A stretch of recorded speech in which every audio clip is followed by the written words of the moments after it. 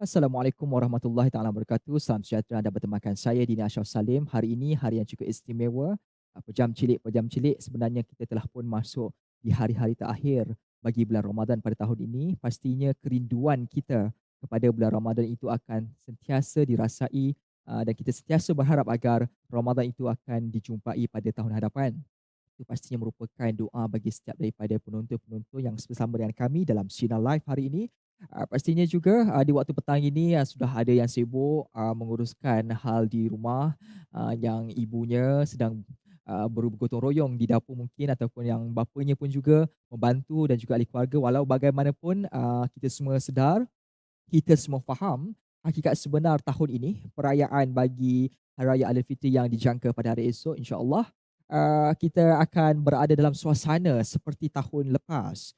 Ya, mungkin setengah masyarakat ataupun setengah individu berada dalam keadaan yang tidak begitu gembira kerana menganggap bahawasanya ini bukanlah perayaan yang membahagiakan atas faktor tak dapat bersama dengan kaum keluarga ataupun bersama dengan ibu bapa. Namun, hari ini kita nak meninjau lebih jauh lagi bila kita menyentuh soal hari perayaan Hari Raya Aidilfitri yang dijangka pada hari esok, juga tentang soal erti kehilangan, dan dalam masa yang sama kita nak menghargainya tentang kebenaran sebuah kehilangan tersebut. Justru hari ini anda bertemakan saya Dina Ashraf Salim bersama dengan individu yang sudah pun bersedia untuk bercakap lebih panjang lebar lagi dalam tajuk kita hari ini, soal harga sebuah kehilangan.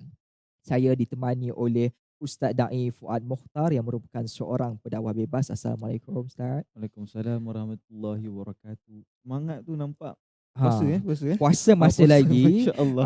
sebab walaupun sedikit sayulah tak dapat balik kan, Betul. kita berada di kawasan PKP, tapi tak apa. Hari ini kita nak berfokus tentang suatu isu yang lebih penting lagi, memandangkan tahun ini ianya mungkin sama seperti tahun lepas yang dalam harapan kita sebenarnya kalau boleh kita nak berayalah bersama dengan keluarga. Bersebut soal beraya sebuah keluarga ini sesuatu yang didamba-dambakan, lagi bagi mereka yang jarang pulang Ya. bertemu dengan orang yang disayangi. Jadi bila kehilangan itu pasti akan dirasai. Justru itu di permulaan ni, sebelum saya nak bercakap lebih nak menyoal dalam perkara lebih konteks lebih besar lagi, saya faham dahulu tentang bila kita menyentuh soal isu harga, sebuah keadaan yang menghargai. Bagaimana sebenarnya Islam melihat ataupun memahamkan konsep bagaimana untuk kita menghargai sesuatu tersebut? Masya-Allah tabarakallah yang saya hormati para alim ulama yang dimuliakan oleh Allah Subhanahu Wa Taala, dan juga kepada semua para penonton kita, tak kita lupakan kepada teman saya hari ini Dini Ashraf, sangat bersemangat ya. Jadi Alhamdulillah. orang bujang ni memang semangat dia lebih sikit nah. Betul. Jadi Allahu akbar, masya-Allah Bujang tabarakallah. sekali lah. Saya baru hari Baru tu. saja. Saya sempat buat panik nikah bulan 1 itu. Alhamdulillah. Masya-Allah Sempat lagi dah. tabarakallah. Dan masya-Allah tabarakallah, satu perbahasan yang cukup luar biasa bila kita sebut tentang harga sebuah kehilangan. Allahumma salli ala Muhammad. Kalau Nabi besar Muhammad dulu pernah juga kehilangan isterinya Khadijah. Pernah juga kehilangan Abu Talib. Pernah juga kehilangan Sayyidina Hamzah. Dan bila Nabi kehilangan, tersebut juga kepada Rasulullah tahun-tahun kesedihan. Dan kenapa disebut Nabi juga menghadapi kesedihan dini? Sebab Nabi juga ada perasaan. Nabi juga ada ruang yang mana dia memerlukan kekuatan dia untuk dia merasai kasih sayang di antara dia dengan manusia. Sebab itu dalam kehidupan kita, dalam Islam kita sebut hablum minallah wa hablum minan nas. Hubungan kita dengan Allah Ta'ala dan juga hubungan kita dengan manusia. Dan apatah lagi kita hari ini lebih ataupun kurang daripada 2 tahun, 2 kali perayaan Aidilfitri kita tak dapat bertemu dengan orang yang kita sayang. Dan saya pasti ramai di kalangan kita pada saat dan ketika ini merasa sepi, jauh, kehilangan apabila tidak dapat bersama dengan orang yang kita sayang. Dan sebenarnya perkara yang lebih sampai kepada jiwa kita adalah macam mana adakah kita dapat bersahur bersama, nanti kita nak buka puasa iftar bersama. Itu sebenarnya keadaan yang lebih sangat mendatangkan kesan memori kepada kita. Sebagai satu orang manusia, kita ada memory bank, iaitu yang akan simpan semua kenangan-kenangan kita. Dan kenangan yang ada pada hari ini, dia digerakkan dengan untayan emosi. Artinya daripada akal yang menyimpan memori dan juga emosi yang seringkali menjadikan kesan ataupun implikasi kepada pemikiran kita. Sebab itu Allahu Akbar, kalau orang sebut sebagai harga sebuah kehilangan, tidak ada harga dia. Sebab kehilangan tidak pernah ada ganti. Kalau kita kata apa patah tubuh hilang berganti, itu mungkin sesuai untuk kita pakaikan kepada pucuk, kepada bunga, tetapi tidak berlaku kepada sesuatu kenangan. Yang mahal hari ini adalah soal kenangan. Kenangan tidak boleh diganti rugi. Kerana kenangan adalah merupakan satu perkara yang bersifat sentimental, ada nilai yang tersendiri terletak pada jiwa dan perasaan dini. Menyebut soal kenangan ini, ia sesuatu barangkali pastinya kenangan sesuatu yang indah yang mahu kita ingat, yang mahu kita sentiasa bawa pada bila masa. Cumanya bila saya nak menyentuh soal kenangan ini, bagi mungkin mereka yang sebelum ini menganggap bahawasanya isu masa bersama dengan orang kesayangan itu sebagai isu kedua. Tetapi akhirnya dalam keadaan pandemik COVID-19, ianya telah pun merobek jiwa.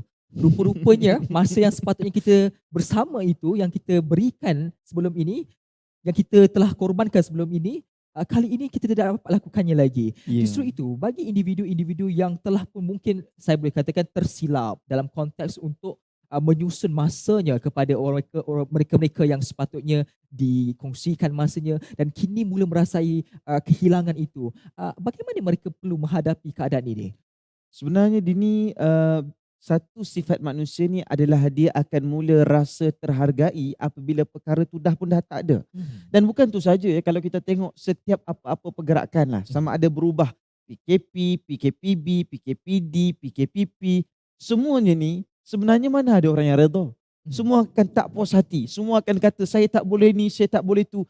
Apa-apa tindak tanduk yang membataskan manusia, mereka akan rasa memberontak dan akan rasa kita tak nak, sebab sifat semula jadi kita adalah kebebasan. Dan sebab itu falsafah, kalau disebutkan sebagai falsafah penjara, tujuannya adalah untuk mengasingkan manusia dan memberikan didikan saat itu. Sebab itu bukan semua orang kalau buat salah hukumannya sebatan. Ada yang cukup dengan 2 tahun penjara, ada yang cukup dengan 10 tahun penjara, dan bukan juga mereka semua ambil hukuman mandatory. Artinya pengalihan itu dikira juga satu hukuman kepada jiwa sebenarnya.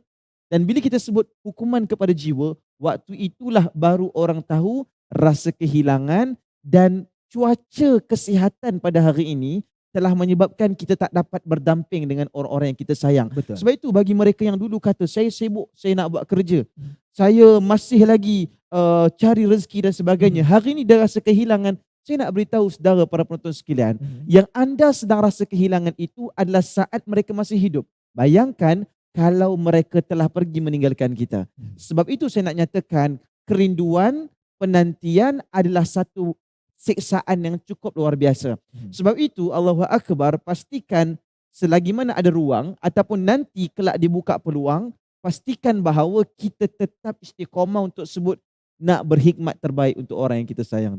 Itu yang menjadi kerisauan kita bila mana kita hanya melihat untuk bersama orang yang kita sayang ketika hari raya semata-mata. Yes. Ada yang mungkin jenguk mak ayah itu hanya pada setahun sekali sahaja. Sedangkan masa diperuntukkan 365 hari itu cukup. 24 jam itu cukup. Justru itu bagi mereka ini, bagaimana mereka perlu muhasabah diri mereka supaya mereka melihat kembali dengan iktibar yang berlaku disebabkan pandemik COVID-19, sukar untuk berjumpa. Malahan kalau dulu setahun sekali, sekarang mungkin dah tak boleh nak jumpa lagi dah setahun itu pun. Apa iktibar yang perlu mereka lakukan? Setidak-tidaknya mereka selepas ini sekiranya kembali semula seperti sedia kala, mereka lebih menghargai tentang makna masa yang telah Allah berikan kepada kita.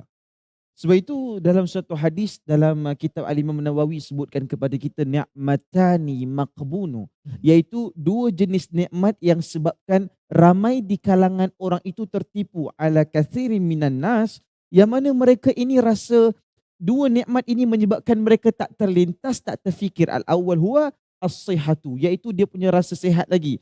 Sihat dia lagi, dia tak kisah. Tak ada rindu pun waktu sihat, tak kisah pun, lantaklah dia. Lantaklah mak nak buat air menandan ke, tak nenas ke, tak coklat ke, lantaklah dekat dia. Tapi yang kedua ni, apa dia? wal faraghu, iaitu nikmat kesempatan.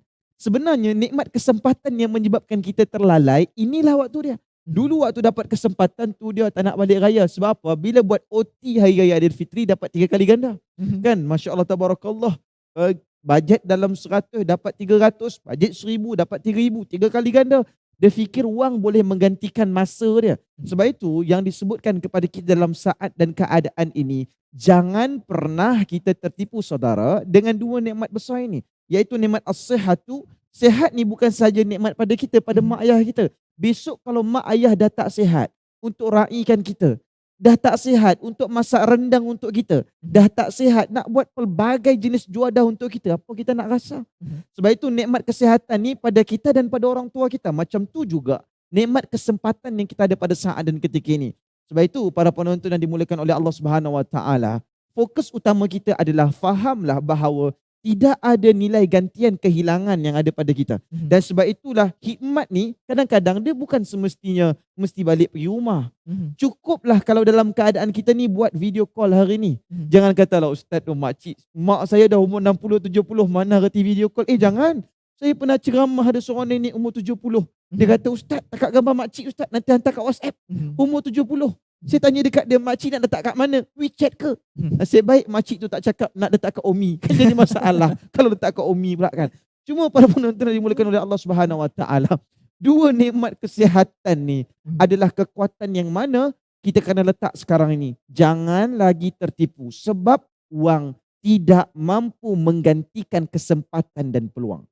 Menyentuh juga soal isu kehilangan ini, ada dalam kalangan mereka yang melihat bahawasanya perasaan kehilangan itu terlalu merobek jiwa dan raga sehingga menyebabkan emosi itu tidak dapat dikawal. Maka akhirnya terlahir daripada kata-kata yang tidak baik, terlahir pula daripada tindakan yang tidak baik hanya kerana untuk menyelahkan rasa kesakitan tersebut. Bagi mereka yang menghadapi keadaan tersebut, bagaimana cara mereka setidak-tidaknya dapat mengurangkan impak dan dalam masa yang sama juga masih lagi dalam keadaan yang normal, masih lagi tahu mengawal emosinya, kerana kita tidak mahu bila mana kita terlalu sangat menunjukkan rasa kesakitan disebab kehilangan itu, ianya akan menyakitkan individu ataupun pihak-pihak yang lain. Saya faham apa sebenarnya maksud besar yang cuba disampaikan oleh Dini sebenarnya. Dalam soal lain, kalau saya dapat sentuh sikit isu yang berlaku apabila mufti wilayah persekutuan keluarkan fatwa haram. Saya tengok orang komen betul-betul komen dan macam-macam dapat jadi mufti dalam keadaan yang sangat segera. Saya cuma nak bagi tahu sebenarnya rakyat orang kat luar sana tak marah dekat mufti sebenarnya. Mereka tak pernah marah kepada para alim ulama ini, cuma amukan kemarahan mereka pada kemuncaknya setelah berlakunya hal dan keadaan pengurusan SOP yang mungkin ada orang yang melanggarnya dan juga keberadaan yang mana hukuman saman dan keadaannya banyak perbincangan yang sangat keras di sana. Cuma tiba-tiba keluar fatwa macam tu. Bila keluar fatwa macam tu, apa berlaku? Netizen ni, Allahu Akbar, mereka punya hentaman teruk saya tengok kepada mufti wilayah persekutuan. Jadi dalam hal keadaan ini sebenarnya, pertamanya mufti tidak perlu untuk keluarkan fatwa untuk ikut selera kita. Dan janganlah sebut mufti ini tak boleh buat kerja untuk membantu pengurusan negara. Sebagai contoh, Imam Maliki rahimahullah dulu, dia juga kerja dengan pemerintah. Dan tidak ada larangan sebenarnya untuk orang-orang agama kerja dengan pemerintah. Dia buat kerja dia dan tanggungjawab padanya. Cumanya saya faham bahawa saya juga turut merasai rasa tak dapat nak balik kampung kan. Betul. Balik ke Perak kan. Balik ke mana? Saya alhamdulillah Selangor saja. Jauh. Tapi PKP juga. Tapi PKP juga kan. Jauh kan. Jadi Allahu Akbar nak ke Selangor kan. Saya pun rasa macam tu. Cuma masih ada had untuk kita faham hal dari keadaan ini. Kita mesti belajar apa yang berlaku di India sebagai contoh. Lebih daripada 300,000 kes dalam satu hari sehingga hospital tak dapat menangkis ancaman tersebut. Apa berlaku di India? Orang baring, katil tak cukup. Allahu Akbar. Dan sehingga kan bantuan alat pernafasan juga tak dapat disalurkan. Apa yang berlaku? Dan kes itu juga tidak dibantu oleh keseluruhan lah. Sama ada di peringkat pucuk orang di India maupun di peringkat akar umbinya, semua tak bagi kerjasama. Tak pakai mask, imas sekalipun pelitup muka. Akhirnya apa yang berlaku? Tekanan yang berat. Cuma kita jangan untuk meletakkan tekanan kita kepada individu yang melakukan tugasan dia. Kita juga tak boleh marah kepada frontliner kita. Mereka buat ala qadarihi, kepada tabaqat mereka, pada tanggungjawab mereka. Macam tu juga kami. Ni besok nak raya, kami tak balik kampung lagi. Dan dalam keadaan sebegitu, apa yang kita kena letakkan pada hari ini adalah pastikan bahawa sanubari kita paling penting ta'alluq bil qalbi. Ta'alluq bil qalbi ni maksud dia apa? Mak di kampung, mak di Sabah, mak di Sarawak, mak di Perlis, mak di Johor, tetapi ta'alluq bil qalbi, hati tetap terkait dengan dia. Hati tetap terkait. Itu saya sangat suka dengan perkataan tersebut. Memandangkan saya nak bertanya dengan soalan yang berlanjut ini, mereka beranggapan bahawa ada setengah beranggapan bila mana dalam keadaan sekarang inilah tak boleh nak balik raya, sebab sebelum ni boleh balik raya, maka kehilangan itu berlaku. Adakah benar wujud kehilangan tersebut? Dan kalau benar wujud kehilangan tersebut, apakah cara sebenarnya untuk kita menangkis perkataan kehilangan itu berlaku? Sedangkan dengan keadaan teknologi semasa, dengan keadaan pelbagai kemudahan akses yang boleh dilakukan, benarkah kehilangan itu akan wujud? Baik, Allahu Akbar. Sebenarnya kalau kita nak menafikan perkataan kehilangan itu, ianya satu perkara yang agak mustahil. Sebab itu kalau kita pergi ambil borang lintas negeri di PDRM dan kalau kita minta sebagai contoh, saya minta kepada inspektor sekalian, HIO sekalian, saya bagi tahu saya kena balik kampung atas tujuan menguruskan ibu ayah yang sedang uzur. Nanti pegawai tersebut akan tulis atas urusan kesihatan dan ziarah di atas keuzuran dalam pengurusan. Artinya sebenarnya undang-undang ni turut ada budi bicara. Dan budi bicara ini saya kira diaplikasikan di pelbagai tempat. Betul. Dan mungkin kalau ada satu kepincangan, itu satu perkara yang normal. Satu bas itu tidak mungkin seluruh daripada penumpangnya itu punyai warga yang sempurna. Macam tu juga semangkuk makanan ataupun satu bekas buah tersebut bukan semuanya baik kan. Jadi oleh kerana itu dalam hal dan keadaan ini, saya pasti telefon, WhatsApp, video call, sebenarnya dia tak mampu untuk mengganti rugi nikmat kehilangan yang telah berlaku di tempat kita ini. Dan kita juga sebenarnya berada di tengah-tengah. Kalau kita cuba juga ke sana, kita risau apabila sebab pernah berlaku di saat PKP 2.0 dulu, satu kes yang mana satu orang ni balik ke Kelantan dalam keadaan jumpa orang tua dia, dan dia juga dalam keadaan yang sedang mengandung. Apa yang berlaku, impak besar kepada ahli keluarga dia.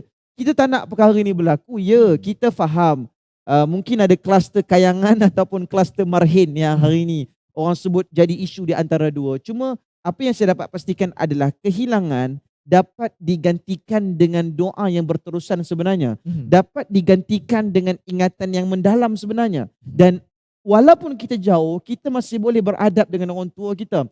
Beza adab dengan orang tua sebagai contoh apa dia? Balas mesej dengan ayat-ayat WhatsApp yang panjang. Adab mesej dengan orang tua kita mesti mesej panjang. Bukan yang ringkas-ringkas. Bukan, mak saya tak balik kampung ya hari ni. Mak kata, kenapa kamu tak balik kampung? Saya ada hal. Baik, hati-hatilah. Kita pun balas K je. K. K. Itu pun tak, bukan macam tu. Sebenarnya secara moralitinya itu tidak baik. Ya, moralitinya itu kurang baik lah. Kalau kita nak ikut daripada sudut, okey lah tu saya dah cakap kan. Cuma soal adab ini dia akan menunjukkan keadaan kasih sayang. Kan dalam pepatah Arab sebut man yuhibbu syai'an katsiran min zikrihi, siapa yang sukakan dan cintakan sesuatu, dia akan banyak ingatkan sesuatu. Ni mak dekat kampung, jap lagi boleh iftar, besok lusa. Apalah salah dan kiranya buat infak, buat sedekah atas nama mak kita, insya-Allah kasih sayang tu dapat dilanjutkan ini. Betul, itu antara satu cara yang baik sebenarnya. Ianya tidak pernah terhenti. Kalau kita faham untuk kita mengenal tentang menjaga adab kita dengan orang yang kita sayangi, dalam masa yang sama je khidmat doa itu yang tidak putus juga akhirnya sebenarnya lebih mendekatkan, walaupun secara fizikal itu kelihatan jauh. Dalam masa yang sama juga saya suka untuk menilai tentang makna sebuah menghargai dengan makna sambutan Aidilfitri itu tentang hari kemenangan. Bagaimana kita nak imbangkan kedua-dua ini? Dia sebenarnya kalau kita tengok kepada kitab para ulama, Aidilfitri ni bermaksud, Aid ni adalah perayaan. Fitri dia maksudnya adalah fitrah. Jadi disebut juga Aidilfitri ni di dalam hadis sebagai farhatani, iaitu dua jenis kegembiraan yang Allah Ta'ala akan beri kepada orang yang berpuasa. Jadi dalam arti kata lain, orang puasa dapat merdeka Aidilfitri. Adapun kita ni lagi satu, sebenarnya kebanyakan lagu Aidilfitri kita ni lagu sayu. Betul. Memang lagu sayu, dan lagu sayu tadi pun saya dengar dah lagu sayu tadi tu. Dia memang lagu sayu. Pulanglah di Aidilfitri bila gemah bertakbir, lepas tu dendang perantau kan. yang macam gembira sikit, jom balik kampung. Tapi Aha. dah tak gembira dah lagu tu. Lagu Nak tu balik kampung dah tak boleh. tak boleh. Dan bahkan ada juga sebenarnya sedikit larangan ataupun tak cantik jika disiarkan lagu tersebut kan. Sebab Nah, pastinya seperti suatu kempen yang melagari kempen oleh pihak pemerintah. betul. Cuma apa yang saya boleh sebut kepada para penonton yang dimulakan oleh Allah SWT dan juga Dini, uh, bukan itu saja. Takbir raya kita pun sayu. Mhm. Allahu Akbar, Allah, sayu. Dia tak Menitis, macam malam ni dah ada yang menitis air mata dia kejap dah lagi. menitis air mata sambil makan ketupat tu kan. Menitis, dia kata, ya Allah, kenapalah ketupat ni masih ni. Rupanya air mata dah turun kan. Dia dah rasa sebab dan sebagainya. Dia tak sama yang macam di negeri Arab. Allahu Akbar, Allahu Akbar. Dia punya takbir raya tu memang macam semangat. Mhm. Jadi kesayuan ni dia dibawa juga kerana orang Melayu ni hati dia lembut. Dan orang Melayu ni disebut sebagai hati yang orang kuat agama daripada dulu lagi. Mhm. Jadi sebab itu kerana dia hatinya lembut, hatinya kasih, kerana berkat pengajaran Al-Imam Al-Ghazali rahimahullah dan para ulama yang datang di tanah air ini, Mhm. maka akhirnya apa yang berlaku, sayu dan kesempitan kita. Cuma kita mungkin akan turut rasa kehilangan. Mhm. Tetapi kemenangan sebagai seorang Muslim itu tetap kita perlu raikan. Mhm. Sebab daripada sudut agama, kita mesti gembira. Tetapi daripada sudut ahli keluarga, kesayuan itu kita simpan di dalam dada dan kita doakan yang baik-baik di samping kita rasa sayu ya sebab kita tak dapat beraya. Mhm. Tapi apa perasaan para pejuang kita di hospital, di pusat penjagaan, di balai polis dan di IPD, perasaan mereka bukan saja sayu, bukan saja rasa kemenangan, mereka juga rasa, kita tak dapat nafikan, letih, turut kecewa dengan apa yang berlaku pada hal dan keadaan saat ini. Ustaz, saya teringat tentang ada perbalahan sedikit di social media secara umumnya berkenaan tentang bila mana ada fatwa dikeluarkan dalam masa yang sama mengatakan bahawasanya takkan nak jumpa dengan ibu ayah itu diharamkan. Antara punca kita, ibu ayah kan punca kepada rezeki kita, punca kepada kebahagiaan kita, maka kita perlu ambil tanggungjawab berjumpa dengan ibu dan ayah. Dalam konteks keadaan negara kita masa kini, kita sedang berperang tentang isu kesihatan.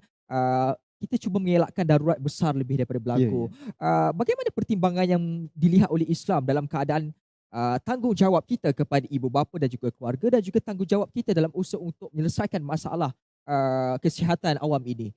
Baik, sebenarnya Allahu Akbar, ramai orang rasa perit ramai orang rasa perit. Mhm. Tapi sebenarnya saya nak beritahu, coronavirus ini, Allahu Akbar, sebenarnya banyak hadis yang beri kelebihan kepada kita.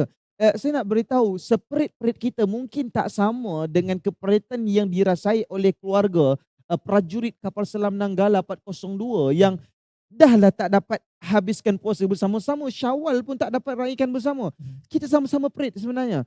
Cuma dalam hal dan keadaan ini, Tuhan ataupun hadis, larangan untuk kita keluar daripada daerah itu memang wujud. Dan hadis itu juga beritahu kepada kita bahawa larangan ini adalah soal siapa yang berada di negeri mereka jangan keluar, dan barang siapa yang berada di luar negeri daripada yang terkena penyakit berwabak pula jangan masuk. Mhm. Dan sebenarnya kalau nak merujuk kepada hadis, ini bukan soal menggunakan hadis untuk menyokong, ini soal realiti. Mhm. Apa yang berlaku pada saat dan ketika ini adalah turut terkesan. Kalau orang tanya saya, Ustaz cakap macam Ustaz suka. Saya tak suka. Hmm. Kalau orang tanya dekat saya, Ustaz suka ke tak balik kampung? Saya tak Hmm. suka. Dini suka. Oh, mestilah kita tak suka. Mestilah kita tak Kita suka. kalau boleh setiap hari nak balik. Kan? Setiap hari nak balik kan. Dan kita cuma dalam keadaan taat kepada ulil amri pula, ada perintah wajib dalam kitab Riyadhus Salihin karangan Imam Nawawi. Mhm. Jadi suka tak suka dia jadi pilihan. Mhm. Pilihan. Ada je orang suka sebab ada orang boleh buat duit waktu PKP ni. Tapi ramai pula yang jatuh miskin. Mhm. Oleh kerana itu, apa yang saya boleh nyatakan kepada semua para penonton kita, perkara pucuk yang kita nak pastikan adalah dalam soal dan keadaan ini adalah biarlah apapun yang terjadi, biarlah apapun emosi kita memberontak, kita mesti kena rasional. Mhm. Rasional adalah membuktikan kematangan kita. Sebab ada orang diingat dia umur dia banyak, dia matang. Belum. Mhm. Matang ni artinya dia tenang. Mhm. Maksudnya apa pun berlaku, ada banyak usaha yang dia boleh lakukan. Ustaz, saya ada banyak halangan, ada keuzuran dan sebagainya. Pergi ke balai polis, bincang dengan mereka, saya kena percaya ada banyak kepribadian yang mulia yang boleh dibincangkan. Betul. Dalam masa yang sama juga saya menilai kebiasaannya kalau di hari raya itu kebiasaan sebelum PKP berlaku, kita sentiasa bersama dengan keluarga kita melakukan pelbagai aktiviti yang mana aktiviti itu mengimarahkan lagi hubungan kekeluargaan. Di awal pagi saya ingat lagi kalau kita sebelum ini pagi-pagi tu dah dikejutkan, kita dah solat sunat solat sunat pagi tu hari raya. Heeh. Kemudian kita pun bersama-sama pergi, kita makan dahulu dan kemudian kita pergi ke masjid bersama-sama beramai-ramai. Ia bukan sekadar sahaja dapat meningkatkan lagi hubungan silaturahim, malahan kita masih lagi mengamalkan ibadat itu. Ya. Namun mungkin ketika ini keadaannya berbeza. Mungkin saya yang duduk bujang kali ini terpaksa melakukannya sendirian. Kan? Dalam masa yang sama saya nak bertanya dalam konteks ibadah itu kan, Ya. bagaimana kita nak pastikan supaya hari raya pertama kita itu, ibadah itu masih lagi terjaga, masih lagi kita imarahkan walaupun kita tidak bersama keluarga-keluarga yang lain. Ya. Bagaimana? Sebenarnya Allahu Akbar, soalan ni baik betul. Masya Allah Mhm, tabarakallah. Dalam kitab Al-Imam Syafi'i yang disebutkan kepada kita, daripada 365 malam, mhm, ada 5 malam yang paling mustajab doa ya. Antaranya saya boleh sebut, pertamanya disebut sebagai malam nisfu Sya'ban, mhm, disebutkan juga kepada kita malam awal Rejab, disebutkan kita pada malam Jumaat, mhm, disebutkan kita pada malam Aidil Adha, dan yang paling penting disebutkan kepada kita malam Aidil Fitri. mhm, Artinya malam ni nanti yang katalah besok kita nak sambut Aidilfitri ni, mhm, sebab kita di Malaysia pakai kaedah ru'yah mhm, dan juga pakai kaedah hisab, mhm, perkiraan dan juga penglihatan kepada anak bulan. InsyaAllah katalah nanti pemegang Muhammad besar agung ataupun raja kita sebut kita akan meraihkan Maghrib nanti Aidilfitri. kita akan dengar lah Kan kita akan insya-Allah. dengar ajak lagi kan. Cuma apa yang kita boleh buat sebenarnya malam ni mustajab doa. Dan Mhm, bila kata malam Aidilfitri malam mustajab doa, sebenarnya adalah malam yang paling afdal untuk kita berdoa, bermunajat kepada Allah Subhanahu Wa Taala di atas setiap untaian kasih kita. Sebab itu ada satu hadis yang berpangkat hasan gharib, yang mhm, mana pangkat hadis hasan ini, dan ada juga para ulama yang meletakkan takhrij sebagai hadis itu pada peringkat yang dhaif, tetapi ingat di sisi kita dhaif, hasan ataupun sahih tidak mengurangkan kemuliaan hadis pada diri kita. Ia mhm, adalah status perbincangan saja. mhm, Cuma hadis itu sebut kepada kita mereka yang bangunkan malam-malam Aidilfitri mereka ini dengan bermunajat kepada Allah, maka Allah Ta'ala akan beri kegembiraan kepada mereka, akan sempurnakan kehidupan mereka. Yang hidup sendirian pula, apa yang mereka boleh buat? Mafi muskilah, itu masih boleh bertakbir. mhm. Letih lah Ustaz takbir seorang-seorang. Aha. Buka YouTube. Buka Hmm. YouTube, ente boleh nak import takbir daripada Afrika, ente boleh nak Berzoom pun boleh semua boleh. bersama-sama. Zimbabwe punya boleh, Vietnam, Myanmar punya takbir, semua pun boleh. Intonasi mereka lah kan. Mhm. Cuma Allahu Akbar, boleh bersama-sama, dan yang penting keberadaan kita. Dan ingat kalau kata kita pergi solat Aidilfitri, jangan Mhm. lupa antara sunnah dia makan sikit dulu. Jangan banyak sangat. Takut nanti Aha. sampin tak muat. Bukan seluar sampin. Sampai Itu masalah tu. Allahu Akbar. Baik. Itu sebenarnya cantik ya, walaupun kita tidak berada dekat dengan keluarga kita, tetapi ibadah itu sebenarnya Betul. boleh dilakukan di mana-mana saja. Dan mungkin kali ini juga kita belajar untuk sesuatu yang baru. Kalau mungkin sebelum ni nak tunggu mak duk kejut kita, ayah duk ajak kita, jomlah kita pergi masjid kan Yes. bersama. Mungkin kali ini kita sendiri menggandakan usaha sendiri untuk melakukan sesuatu yang lebih istimewa dalam bulan yang cukup mulia. Dalam kita menyentuh soal bulan Syawal yang bakal tiba insya-Allah pada hari esok, kalau malam ini disahkan kan, uh, kita pasti mahu memastikan supaya bulan Syawal itu ibadah kita sentiasa terjaga. Kita tak nak hanya tinggal Ramadan saja. Dah Ramadan masuk Syawal dah lupa dah. Yeah.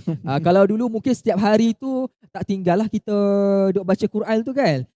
Punya nak mendapatkan malam Lailatul Qadar. Bila dah Allahu masuk Akbar. Syawal itu mungkin dah semakin kurang. Apatah lagi bila mana tidak ada mungkin keseronokan itu tidak seperti sebelum ini. Suasana, Suasana itu bi'ah tu tidak kan. lagi seronok. Jadi bagaimana kita mahu mengingatkan diri kita bahawasanya ibadah itu perlu sentiasa diteruskan, malah dimantapkan lagi. Tidak terhenti saja di bulan Ramadan semata-mata. Baik, Allahumma salli ala Muhammad. Mhm, Sebenarnya pertamanya Ramadan dia ada banyak tawaran. mhm, Dan bila dia banyak tawaran ataupun fadail amal dia tu, dia akan jadikan orang betul-betul kuat semangat untuk buat. mhm, Cumanya kalau nak konsistenkan diri kita ni, lepas daripada Syawal ni nak konsistenkan, Ustaz saya nak terus berpuasa, nak terus punya kekuatan, kan ada satu hadis sahih yang sebutkan kepada kita, barang siapa yang penuh puasa Ramadan dia, dia pula lalui dengan 6 hari puasa dalam bulan Syawal dia, maka Allah Subhanahu Wa Taala akan beri kepada dia puasa pahalanya seperti dia puasa setahun. mhm. Masya Allah tabarakallah, ini puasa setahun, kita ni puasa Isnin Khamis pun tak larau kan. Jadi oleh kerana itu, sebab itulah dalam keadaan itu sebenarnya ada sanjungan yang Allah Taala beri kepada orang istiqamah daripada 30 ataupun 29 hari dalam bulan Ramadan. pergi tambah lagi 6 hari dan ianya akan berikan manfaat yang jauh lebih besar daripada kita. Dan bila kita sebut madrasah, artinya orang yang dah keluar madrasah, dia ada qualification, dia akan graduate daripada sekolah dia. Dan saudara nanti akan keluar ni bermula azan maghrib nanti.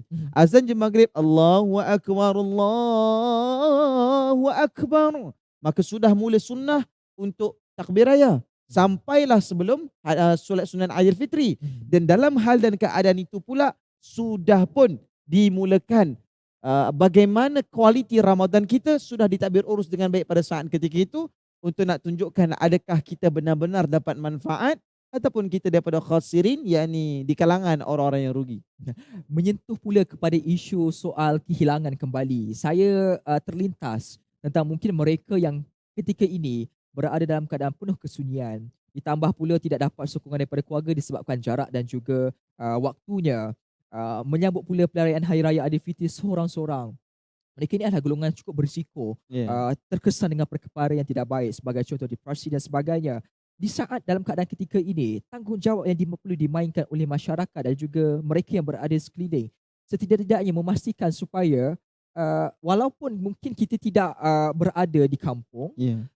melihat saudara mara kita yang dekat, tetapi yang berada di kawasan kejiranan itu, mungkin di sebelah rumah itu duduknya seorang-seorang, Ya. rayanya seorang-seorang. Jadi kita tak nak dia rupa-rupanya dalam depresi. Bagaimana tanggungjawab yang perlu dimainkan oleh masyarakat secara menyeluruh ini dikala kita dalam keadaan sukar untuk bergerak, dalam keadaan kita tidak boleh meraihkan seperti terdahulu, Ya. bagaimana? Kita saya bercakap dalam soal pada keadaan sekarang ini. Artinya hari ini kita tak seperti PKP 1.0 dulu, tak boleh keluar rumah. Jadi apa yang saya sebut pada saat ini adalah sesuai dengan apa arahan ataupun perintah baru yang datang daripada Majlis Keselamatan Negara dalam soal kita boleh keluar rumah dalam kapasiti 10 kilometer ataupun dalam daerah kita sendiri. Jadi apa yang saya nak beritahu, kita ni hidup dalam keadaan berjiran. Fa'alaikum bil jamaah. Kau hidup dengan jamaah. Dan bila kamu hidup dalam keadaan jamaah, maka kita mestilah memastikan bahawa kita ambil berat rakan dan taulan di sisi jiran tetangga kita. Sebab itu disebutkan kepada kita, ayyuhan nasu afsus salam. Wahai di kalangan manusia, kamu ini banyakkan beri salam. Dan disebutkan kepada kita, wa at'imut ta'am. Kau salinglah beri makan di antara satu sama lain. Sekarang ni buatlah pahala. Kalau dah tahu belah sana sebagai contohnya Allahu Akbar, orang itu duduk sendirian, hantarlah makanan. Ini tidak. Dia hanya hantar makanan dekat ibu tunggal je. Nah, itu pun anak seorang. Nah, yang bapa tunggal ditinggalkan, sepi hidup dia. Sebab itu hashtag tergantung sepi. Kan? Sebab itu Allahu Akbar. Hantar bantuan. Nampak ibu tunggal, tolong. Bapa tunggal, tolong. Nenek tunggal, tolong. Atuk tunggal, tolong. Dan dalam keadaan tersebut, bantu mereka. Dan saya nak singgung sikit isu dalam hal keadaan membicarakan konteks orang yang depression dalam hal dan keadaan ini. Dunia menyaksikan kepada kita bahawa lebih setelah mana penduduk dunia ada lebih kurang 7 bilion dan kita ada ratus juta ataupun million orang yang menghadapi depression, bipolar disorder, skizofrenia dan pelbagai jenis penyakit-penyakit yang lain ni. Pertamanya saya selalu sebut bahawa kita kena hubungan baik rapat dengan psikiatrik. Dan kalau daripada sudut Islam juga, kita juga pernah ada psikiatrik dulu pada zaman Imam Ar-Razi. Dan psikiatrik kita dahulu juga menjaga mereka. Cuma antara amalan yang boleh kita pakai adalah antara zikir yang sangat baik bersabitkan dengan hadis, dengan menzikirkan kalimah la haula wala quwwata illa billahil aliyil azim. Tiada daya, tiada tenaga yang dapat memberikan kekuatan kecuali tenaga daripada Allah Subhanahu Wa Taala. Dan yang lagi satu, kita boleh tengok dalam surah Al-Waqiah pada ayat yang ke-19. Ini rawatan yang diambil oleh saya daripada almarhum Ustaz Ismail Qamus. Juga sempat saya bersama dengan almarhum Al-Ustaz Dr. Harundin dahulu. Rawatan kepada mereka yang menghadapi bipolar disorder, skizofrenia, depression, anxiety, hypertension dan sebagainya. Maka cara rawatan yang agak baik adalah dengan memakai kain berwarna putih. Kalau orang lelaki boleh pakai serban, kalau orang perempuan boleh pakai tudung warna putih, dan menzikirkan kalimah daripada surah Al-Waqiah pada ayat ke-19, la yusadda'una anha wa la yuzifun, iaitu Allah Subhanahu Wa Taala tidak akan memeningkan kepala mereka ini. Ayat ini dalam kitab tafsir sebenarnya merujuk kepada Allah tak peningkan ahli-ahli syurga Allah. Wa imma apapun berlaku dalam itu di syurga Allah akan dihalalkan arak, akan dihalalkan perkara yang haram pada hari ini. Cumanya bertabarruk dalam soal ini diambil oleh para masyayikh kita yang mana dipakai dan dizikirkan sebanyak 21 kali. Dan ingat bila kita rasa tertekan, apa cara dia kaedah dia adalah kita berhenti sekejap daripada berfikir soal itu, hadang fikiran kita dan fikirkan rawatan tersebut. Ada orang kata saya baca Quran tak hilang pun depression. Memanglah tak hilang. Ente baca Quran untuk hilang depression. Ente bukan baca Quran untuk merasai kekuatan Allah. Itu masalah dia.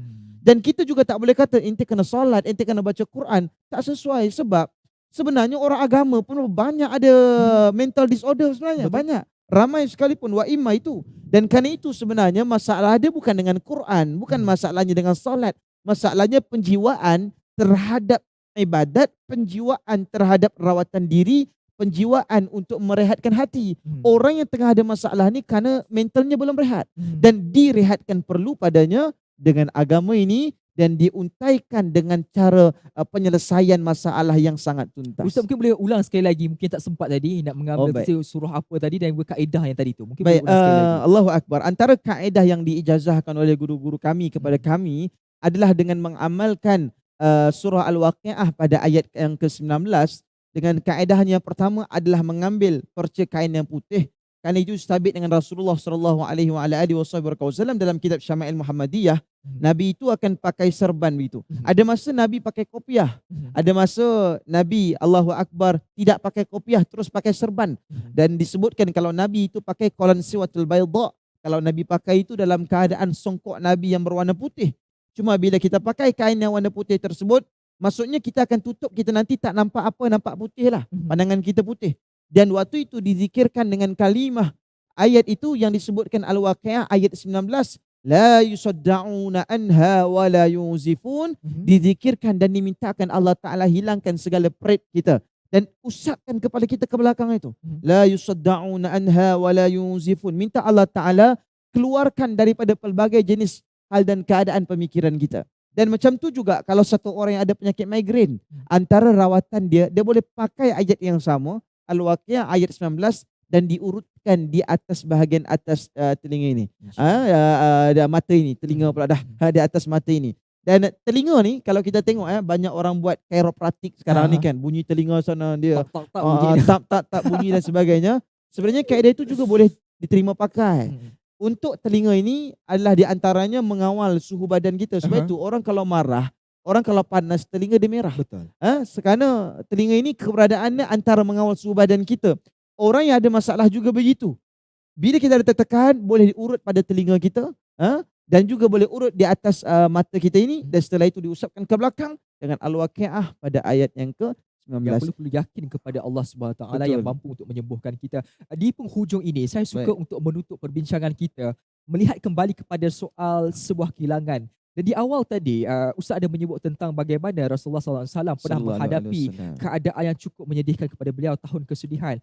Mungkin saya nak mengambil iktibar daripada kaedah bagaimana Rasulullah kita menghadapi situasi tersebut. Dengan keadaan kita yang sekarang ini mungkin di luar sini merasa kehilangan, sedih yang teramat.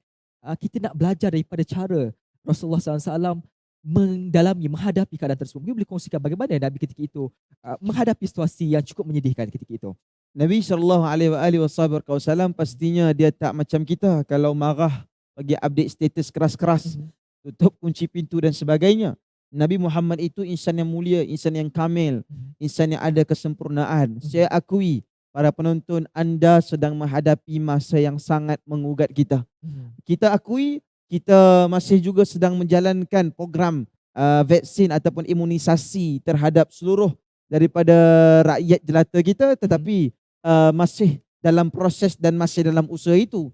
Cumanya apa yang kita boleh belajar bila berlaku juga zaman kesedihan ataupun tahun kesedihan kepada Rasul sallallahu alaihi wasallam, perkara pertama yang Nabi buat bila dah tak dapat jumpa isteri yang Nabi sayang, bila dah tak jumpa dengan pakcik yang dia sayang, keadaan ini sama macam kita, tak dapat jumpa mak, tak dapat jumpa ayah, dan kita juga tak tahu sampai bila Allah akan beri nyawa dekat mak dengan ayah kita. Kita juga tak tahu apatah kita lagi dapat bersama dengan mereka, kita tak tahu saudara. Dan yang kita pasti perpisahan akan tetap berlaku Wa imma kita redha ataupun kita tak redha. Cuma apa yang kita boleh dapat rawat adalah seperti mana yang Rasulullah buat. Bila Rasulullah rasa kecewa, Rasulullah cari Allah Ta'ala. Bila Rasulullah cari Allah, Allah memujuknya. Allah memujuk Rasulullah, waktu itulah datang peristiwa Isra Mi'raj sebenarnya. Dan Allah Ta'ala lah merawatnya dalam keadaan Isra Mi'raj. Ustaz, takkanlah saya dah buat Isra Mi'raj. Mana boleh buat Isra Mi'raj? Memang intum tak boleh buat Isra Mi'raj, tapi intum boleh buat apa yang dikandung dalam Isra Mi'raj. Apa dia? As-salah. Wasta'inu bis-sabri was-salah. Engkau ini bertahan minta tolong daripada Allah dengan sabar dan juga salat. Kita tak boleh buat Isra Mi'raj. Kalian nak pergi mana? Takkan nak pergi langit. Kalau dah pergi langit tu yang mula-mula minum air ketum, mana ambil macam-macam ambil ais dan sebagainya. Itu memang bukan pergi langit tu. Itu nanti mesti pergi pusat serenti tu. Kan? Apa yang kita nak pergi adalah dalam keadaan kita tak boleh ke langit. Tak boleh buat Isra Mi'raj. Apa yang kita boleh buat? Rasa kecewa, untaikan dengan sabar. Untaikan dengan solat. Nabi bila balik Isra Mi'raj, energi Nabi lebih kuat. Energi Nabi lebih sejahtera. Nabi jadi lebih kuat. Sebab itulah dalam hal dan keadaan dakwah Nabi juga semakin develop, semakin expand, semakin besar. Jadi hal keadaan ini sebenarnya nak beritahu kepada kita. Kepada kita yang tak pernah menghargai mak ayah kita. Kepada kita yang kedekut masa. Yang kepada kita yang tak nak luangkan hal dan keadaan kepada orang tua kita. Telefon dia. Ambil masa bercakap dengan dia. Ini pengajaran untuk kita semua. Ini Allah Ta'ala telah beri hujung pada kita. Jangan sampailah pula suatu masa nanti kita merasa kerinduan yang tidak bertepi. Alhamdulillah, cantik kata-kata akhir yang diberikan Ustaz tadi. Semoga ada sesuatu yang terkesan di jiwa kita, kerana mungkin kali inilah masa yang terbaik sebenarnya untuk kita melihat diri kita kembali. Bagi tahun-tahun sebelumnya, kalau mungkin sebelum ni kita tak layan dengan masa itu, mungkin masa itu telah pun memberi pengajaran baik kepada diri kita sendiri. Di penghujung ini saya bagi sikitlah ruang kepada Ustaz yang ala-ala kita dapat balik raya kan. Kita duduk kat rumah, kita bagilah peluang kat Ustaz sikit, mungkin nak ucapkan ucapan raya sedikit saja kepada sesiapa yang ingin ditujukan sikit. Silakan. Baik, pertamanya saya nak ucapkan selamat Hari Raya Aidilfitri. Taqabbalallahu minna wa minkum. Dan saya dan isteri, maklumlah tahun pertama beristeri ni ucapan tu dah upgrade. Maka saya dan isteri mengucapkan selamat Hari Raya Aidilfitri. Mohon maaf dan jangan lupa untuk follow Instagram saya dan juga Facebook saya, Da'i Fuad Mukhtar. Kita kena sempat promote lah kan. Mudah-mudahan barakah. Terima kasih. Apa salah benda yang baik dipromote, banyak dikongsikan sebenarnya di Instagram Ustaz sendiri. Baik, terima kasih sekali lagi diucapkan kepada Ustaz Da'i Fuad Mukhtar yang merupakan pendakwah bebas dalam kita berbicara soal harga sebuah kehilangan. Saya kira untuk itu saja hari ini. InsyaAllah Sinar Live tak akan berhenti. Hari Jumaat nanti kita akan bersiaran semula. Mungkin ada sesuatu yang lebih menarik kami bawakan kepada anda bersempena dengan Hari Raya kedua. InsyaAllah kalau betul lah esok kita akan mula beraya. Saya rasa itu saja untuk hari ini. Semoga anda semua berada dalam keadaan sihat-sihat saja. Dan lebih penting pastikan patuhi semua arahan telah pun ditetapkan bagi musim perayaan ini, kerana apa yang lebih penting ketika ini adalah bagi memastikan supaya isu COVID-19 dapat kita selesaikan dan akhirnya raya yang kita inginkan itu dapat kita kembali semula. Itu sahaja daripada saya, Zini Ashraf. Assalamualaikum dan selamat petang Malaysia.